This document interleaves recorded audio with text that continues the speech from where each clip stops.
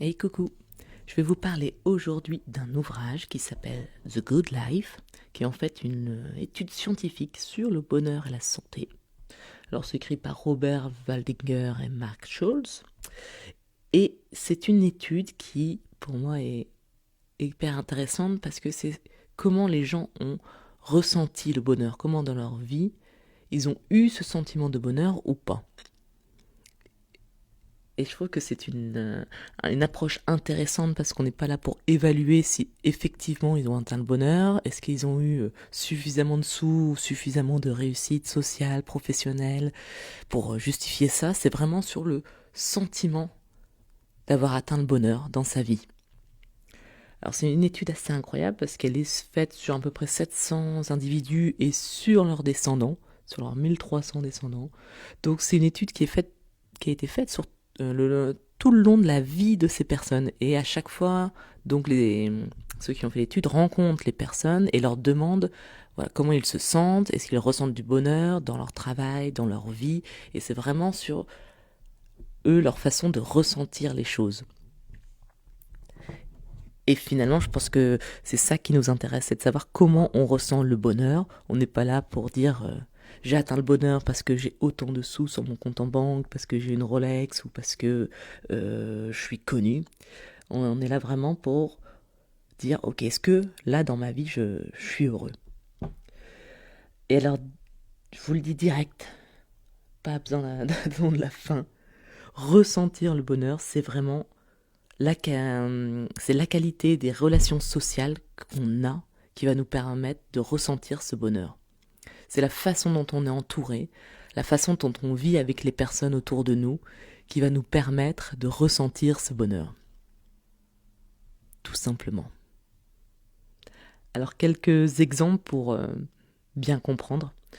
Il parle notamment au début de deux jeunes hommes. Donc il y en a un qui a vraiment une ambition, il veut pas reprendre le business de son père, il veut travailler dans le droit, il veut devenir avocat, il veut être connu et il va y arriver. Il va donc rompre avec la tradition familiale, il va poursuivre sa quête professionnelle, il va devenir avocat, il va devenir très connu. Et pendant toute sa vie, dès qu'on lui demande est-ce que vous ressentez le bonheur, non, c'est toujours pas encore ça. Il est toujours en quête. Il va rencontrer plusieurs personnes, il va se marier, mais il va divorcer plusieurs fois. Il a beaucoup de choses, il a beaucoup de reconnaissance professionnelle, il a de l'argent, mais au final, il ressent jamais totalement le bonheur. Et il y a un autre jeune homme, lui, il voulait devenir auteur. Et il va rencontrer quelqu'un, ils vont se marier, avoir des enfants, il va pas réussir à devenir auteur, il va devenir professeur. Un professeur qui va être complètement impliqué dans voilà, son établissement, dans sa vie. Et on peut dire, il a lâché son rêve. Moi, je me suis vraiment dit ça, je suis mince, il a lâché son rêve qui était de devenir auteur et il devient simplement professeur. A priori, il va pas avoir le sentiment d'avoir réussi sa vie. Et en fait, à chaque fois qu'on l'interroge, lui, il est toujours, pas au max, mais voilà, très haut dans ce sentiment de bonheur. Et au fur et à mesure, il analyse ça, et voilà, ce qui de l'étude analyse ça aussi, c'est qu'en fait, il est toujours très entouré. Il aime une personne follement, il va l'épouser, il adore ses enfants, il adore ses collègues, il adore ses étudiants. En fait, dès qu'il est quelque part, il crée des relations assez fortes et il est comblé. Et en fait, son ambition au départ d'être auteur, finalement, n'est pas ce qui va lui donner son bonheur. Son bonheur, c'est les relations qu'il a avec les gens. Et lui, tout au long de sa vie et jusqu'à la fin, il est vraiment heureux. Et je trouve que c'est vraiment incroyable ces deux vies parce que voilà, moi, j'aurais pas donné gagnant forcément le premier. On nous parle aussi d'une autre personne. Alors là, c'est curieux. C'est deux personnes donc qui deviennent vieilles. Et au moment de la retraite, le monsieur décide de se séparer de sa compagne. Ça semble vraiment dur parce qu'ils ont fait toute leur vie ensemble. Mais en fait, il prend conscience que sa compagne l'empêchait de vivre vraiment les relations. En fait, à chaque fois, elle critiquait les amis, elle se disputait avec les gens. Et lui, bon, bah voilà, vient rester avec elle, et tout d'un coup, il décide de ne plus rester avec elle à la retraite.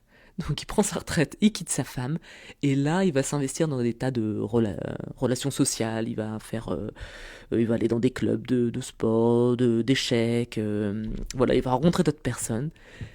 Et là, son sentiment de bonheur, il atteint vraiment ce bonheur, il a vraiment l'impression d'être heureux, alors il a fini sa vie, il est retraité, il s'est séparé, mais en fait, il a réussi à remettre en place des relations dans sa vie, ce qui lui manquait, et ce sentiment de bonheur va donc être plus fort, apparaître vraiment.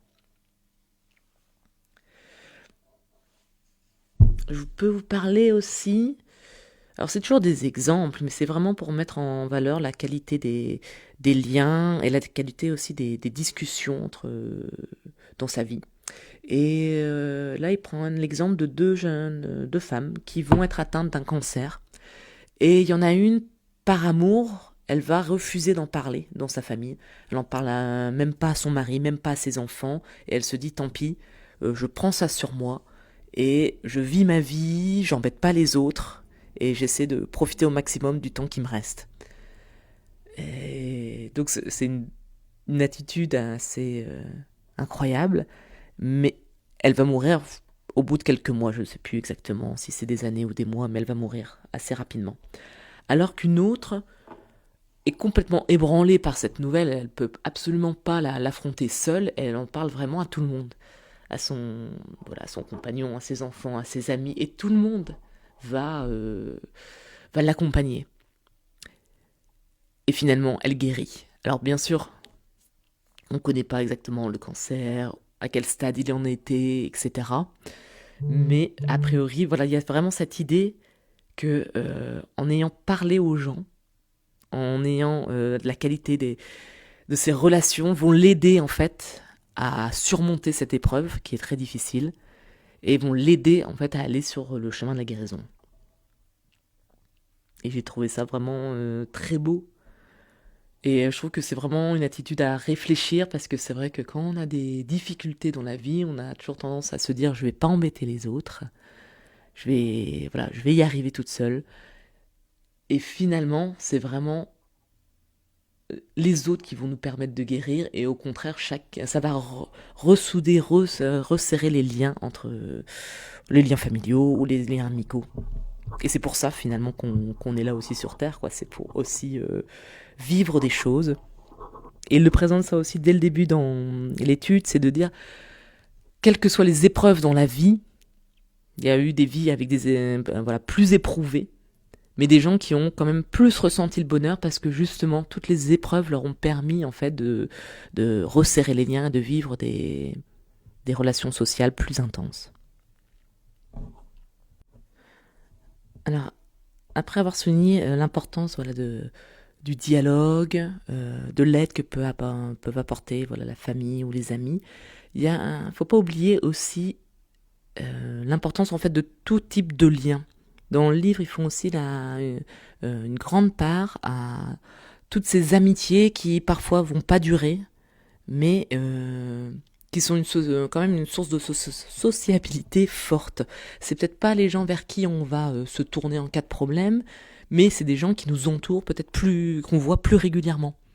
Que ce soit voilà, les collègues de travail, des voisins, tout ça, ça va aussi fortement contribuer à notre notion, à notre ressenti de bonheur, parce que même si voilà, c'est pas les personnes les plus importantes dans notre vie, ce sont des personnes avec qui on va beaucoup communiquer, avec qui on va avoir d'autres liens qui vont nous ouvrir sur d'autres univers. Et voilà, il n'y a pas que les grandes relations ou les liens très forts, il y a aussi toutes les relations qui sont importantes. Et c'est ça qui est beau aussi, je trouve, dans ce livre. C'est qu'on n'a pas forcément besoin voilà, d'un ami pour la vie ou d'une famille très forte, très unie. On peut aussi ressentir ce bonheur grâce à toutes les relations sociales qu'on peut avoir dans notre quotidien. Donc voilà quelques idées importantes de ce livre, The Good Life, qui nous montrent à quel point voilà, le bonheur est vraiment en nous. Il n'est pas très loin et il est euh, toujours en lien avec les autres. Donc allez-y, discutez sur les réseaux, au supermarché, avec les voisins, tout ça, au club de sport, au club d'échecs, tout ça, ça va être des petits